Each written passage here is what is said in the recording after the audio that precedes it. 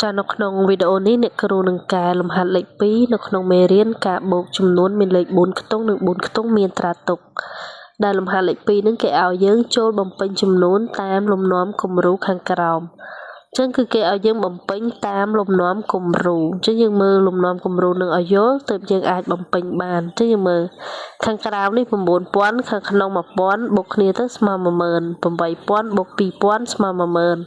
7000 បូក 3000 គឺស្មើ 10000 ចឹងពីរប្រឡោះនឹងដាក់ធ្វើម៉េចឲ្យបូកគ្នាទៅស្មើ 10000 ហើយឲ្យតាមលេខរៀងយើងមើលនេះ 1000 ឡើង 1000 2000 2000 ឡើង 1000 ទៀត 3000 ហើយនេះថយម្ដង 1000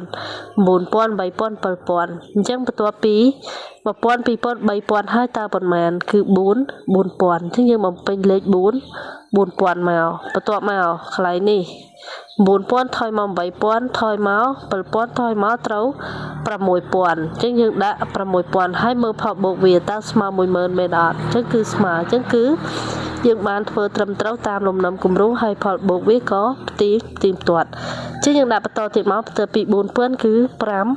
អញ្ចឹងយើងដាក់មក5000ហើយនេះ7000ថយមក6000ថយមកសល់ថយ5000ដែរចឹង5000បូក5000គឺស្មើ10000ចាបន្ទាប់មកអានេះឡើងម្ដង1000អញ្ចឹង5000ហើយគឺ6000ចឹងយើងដាក់មក6000ចាបន្ទាប់មកអានេះត្រូវថយ6000ហើយ5000ត្រូវថយ4000ចឹងគឺយើងចាបំពេញលេខ4000មកចានេះរៀងបច្រាស់ដៃអ្នកគ្រូសុំសរសេរបែបនេះតែពេលយើងសរសេរឲ្យបានត្រឹមត្រូវមកចាអញ្ចឹងបូកគ្នាទៅស្មើនឹង10000អានេះ6000ហើយអានេះអាខាងក្នុងឡើង1000អាខាងក្រៅថយ1000ហើយបូកគ្នាទៅគឺស្មើ10000ចានេះគឺត្រូវ7000ចាខាងក្រោមនោះគឺត្រូវ7000អញ្ចឹងយើងដាក់7000មកតបមកអានេះត្រូវថយ1000 5000 4000ត្រូវ3000ចុងពេលយើងសេយើងដាក់ឲ្យស្រួល4មកនេះអ្នកគ្រូរៀងបច្រាស់បន្តិចដោយសារកន្លែងនេះវាបាក់សេចឹងបូកចូលគ្នាទៅវាស្មើ10000អានេះ8000ចា8000ចឹងបន្ទាប់ពី6000 7000នេះត្រូវ8000ចឹងយើងដាក់មក8000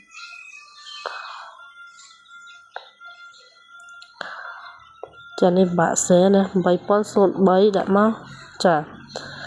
ចឹងអានេះ3000ត្រូវថយចាមួយត្រូវ2000ចឹងដាក់2000មក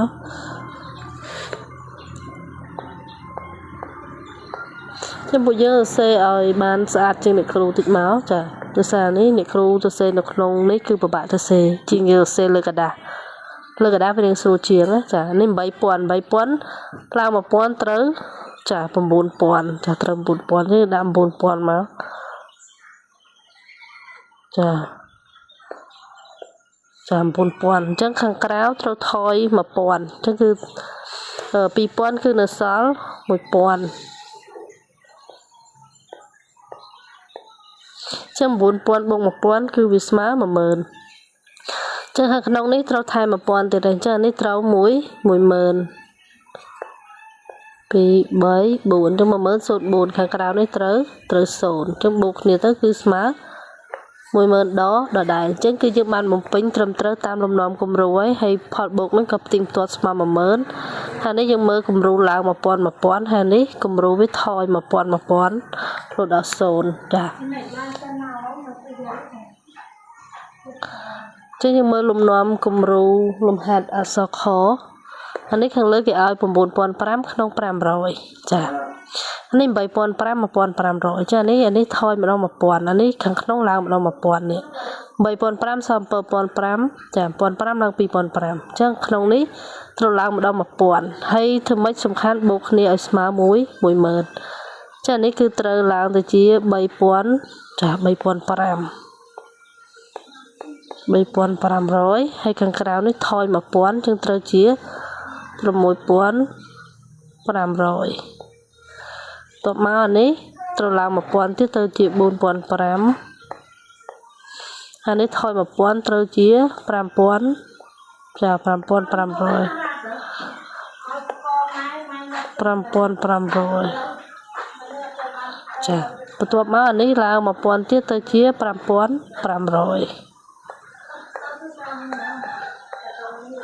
ហើយនេះថយ1000ទៅជា4000ចា500អានេះរៀងសរសេរវិច្រាស់4500ពេលពួកយើងសេស្អាតមកចាតទៀតអានេះត្រូវឡើង1000ទៀតត្រូវ6500ចា6500នេះវាជាតែលោតដោយសារតែវាពិបាកទៅសេចាហើយក្រៅនេះថយ1000ត្រូវជា3500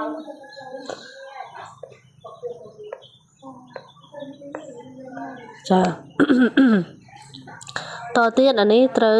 7500វាឡើងចាវាឡើង1000ណាអញ្ចឹងត្រូវជា7500ហើយក្រៅនេះត្រូវថយ1000អញ្ចឹងត្រូវ2500ហើយសំខាន់ពេលយើងដាក់ហើយយើងផ្ទៀងផ្ទាត់ថាតើវាចាវាបូកទៅស្មើ10000ផ្ទៀងផ្ទាត់គ្នាអត់តោះមកនេះឡើង1000ទៀតទៅជា8500សេបច្រាស់ណាអានេះត្រូវថយ1000ចឹងនៅសល់1500សំខាន់គឺវាបូកទៅគឺស្មើនឹង10000ចា1500អានេះឡើង1000គឺទៅជា4500